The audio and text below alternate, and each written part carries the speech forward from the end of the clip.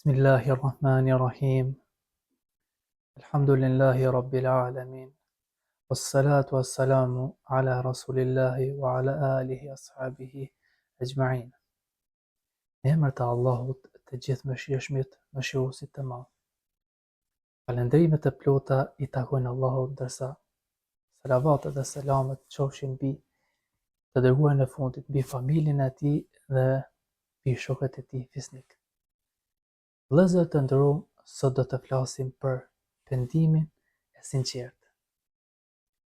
Gjithë secili prej nesh është gabimtar, por më i miri prej nesh është ai i cili pendohet tek Allahu sinqerisht. Dhe për këtë kemi hadithin e pejgamberit Muhammed, paqja dhe mëshira e Zotit qofshin mbi të, ku thotë: Çdo bi i Ademit është gabimtar. Më i miri është ai i cili pendohet.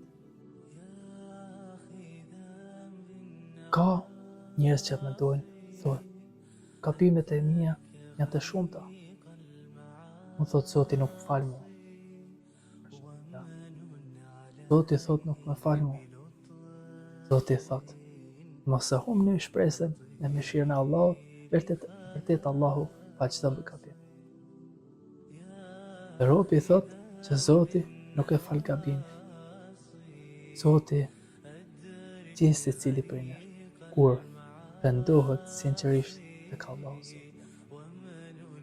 Dietarët, vëllezër të nderuar, kanë përmendur disa kushte të pendimit.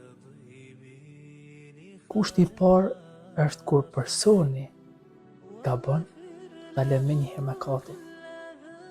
Pra, kur një person bën një gjuna, do ta lë menjëherë mëkatin.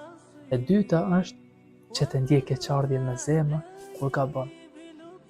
Dhe jo vetëm të thotë astaghfirullah me gjuhë, por duhet që të ndjej keqardhje për atë që gabon. Dhe ky është pendimi i sinqert, ky është kulmi i besimit. Dhe kur gabon dhe ndjen keqardhje në zemër, Zoti ja fal. Qoftë ai gabim edhe sa shkuma e detit, sepse Zoti është mëshirëplot, Zoti është i gjithë mëshirshëm, Zoti është i lartë, Zoti është i urtë, Zoti është i fuqiploti, Zoti është furnizuesi, Zoti është i gjithë dishmi. Dhe kur robi pendohet sinqerisht tek Allahu, Zoti ja fal. Pra, qoftë edhe sa shkuma e detit. E treta është që ta bëj pendimin e sinqert, që mos më rikthy më të njëjti gabim. Sa prej nesh, disa thojnë, por përsëri pendohem tek Zoti, e bëj niyetin që mos më kthy më tek ai gabim. Por Zoti, ti personi, edhe nëse përsëri e bën gabimin dhe përsëri pendohet tek Allahu dhe përsëri gabon dhe përsëri pendohet tek Allahu, Zoti do t'ia fal, sepse Zoti është i gjithë mëshirshëm, Zoti është i gjithë pushtetshëm. Dhe tham, çdo bir thuhet në hadith, nëse bijët e Ademit nuk do të gabonin, Zoti do të sillte një popull që do të gabonte dhe do të kërkonte falje. Por kështu nuk ka.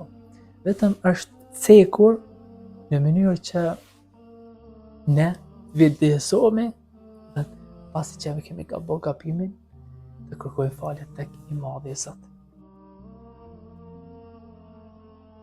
Treguohet për një person i cili i Madhi i Zot i thotë: O robim, hyn në xhenet, i thotë, me mëshirën time. Dhe i thotë i Madhi i Zot, i thotë: Jo, i Madhi i Zot, unë dua të hyj në xhenet me veprat e mia. Kishte fal namaz, kishte agjëru, kishte zhmunat, kishte bo vepra të mira, falënderoj Zotin, me vite me radhë, por i thotë i Madhi i Zot, i thotë: unë i Madhi i Zot dua të shkoj thotë në xhenet me veprat e mia dhe jo me mëshirën tënde. Dhe kur vendos në peshor i Madhi i Zot, vetëm shikimi, vëllezër të nderuar, se sa rëndësi të madhe ka. Para mendon një person, veç për një moment le ti mshelim syt, dhe ta mendojmë çfarë mirësi e madhe është shikimi, Sa herë duhet ta falenderojmë të Madhin Zot. Në të vërtetë, thot i Madhi Zot në Kur'anin famlar.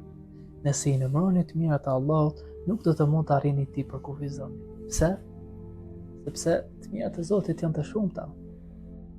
Nuk mund të arrim ti numërojmë të mirat e Allahut. Nëse do thëmë shikimi, dëgjimi, mendja, zemra, rrahjet e zemrës janë në mënyrë perfekte, rrahin edhe ne kur flim gjumë. Zemra në kontrollin e kujt është gjithë kjo mirësi, sepse i Madhi Zot e ka jetën tonë në dorë. Nëse doni i Madhi Zot, tani na e merr jetën. Prandaj kushdo vëllezër të nderuar, le të pendohu tani sinqerisht tek i Madhi Zot. Dhe mos e pritë nesër, dhe mos thuaj do të pendohem, por mas një kohë. Tani kam kohë, tani jam i ri. Por tani të pendohemi sepse jetën tonë nuk e kemi tonë. Jetën tonë ka i gjithë pushteshme dhe me leje dhe një ditë do të dalim para të Madhit Zot inshallah me veprat e mira dhe inshallah i Madhi Zot na i fal gabimet që i kemi bërë edhe me dije dhe pa dije. Sepse robi nuk do të hyjë në xhenet me veprat e tij. Sado që të bëj vepra të mira, atë obligohen sepse i ka obligim, por mëshira e Allahut do të na çojë në xhenet neve. Dhe inshallah i Madhi Zot e lut Madhin Zot që të na bëjë të gjitha nga banorët e xhenetit dhe i Madhi Zot na ruaj nga zjarri i xhenemit. Dhe pastaj i Madhi Zot këtë robi kur i del që vetëm shikimi parazon shumë pak të përshon më shumë veprat e këqija se sa të mirat. Por i Madhi pastaj i thot Madhi Zot, unë dua të shkoj në xhenet me mëshirën tënde. I thot i Madhi Zot, po mëshira ime ty të çon në xhenet. Dhe inshallah i Madhi Zot a bën nga banorët e xhenetit dhe inshallah mëshira Allahut na çon gjithë në xhenet. Dhe e përmenda këtë histori, e përmenda këtë në mënyrë që vëllezër të nderuar. Në Kur'an çdo surë pra tham që vazhdon me Bismillahirrahmanirrahim, në emër të Allahut të gjithëmëshirshmit, mëshirëplotit. Pse? Sepse Zoti tonë të tregoj se mëshira e tij është e madhe. Kushdo që lexon Kur'an do ta gjejë se çdo surë vazhdon përveç një anës sure, vazhdon me Bismillahirrahmanirrahim, në emër të Allahut të gjithëmëshirshmit, mëshirëplotit të madh. Tu na tregon i Madhi Zot sa e madhe është mëshira e tij. Mëshira e Allahut është e pakufishme. Dhe nëse kemi bërë gabime, sa shkuma e ditë i Zotit do të na i falë. Dhe treguohet edhe për një person i cili kishte vrarë 100 persona dhe ishte penduar sinqerisht tek i larti, tek i dishmi, dhe Zoti ja kishte pranuar pendimin. Se Allahu pranon pendimin kur ne pendohemi sinqerisht. Andaj lutem Allahun që të na falë vëllezër të nderuar për çdo gabim i cili e kemi bërë si me vëdije dhe si pa vëdije. Allahu na bëft nga të sinqertët dhe i Madhi Zot na bëft nga banorët e xhenetit. Allahu na mëshiroft edhe në këtë botë, por edhe në botën tjetër. Amin. Amin. Amin.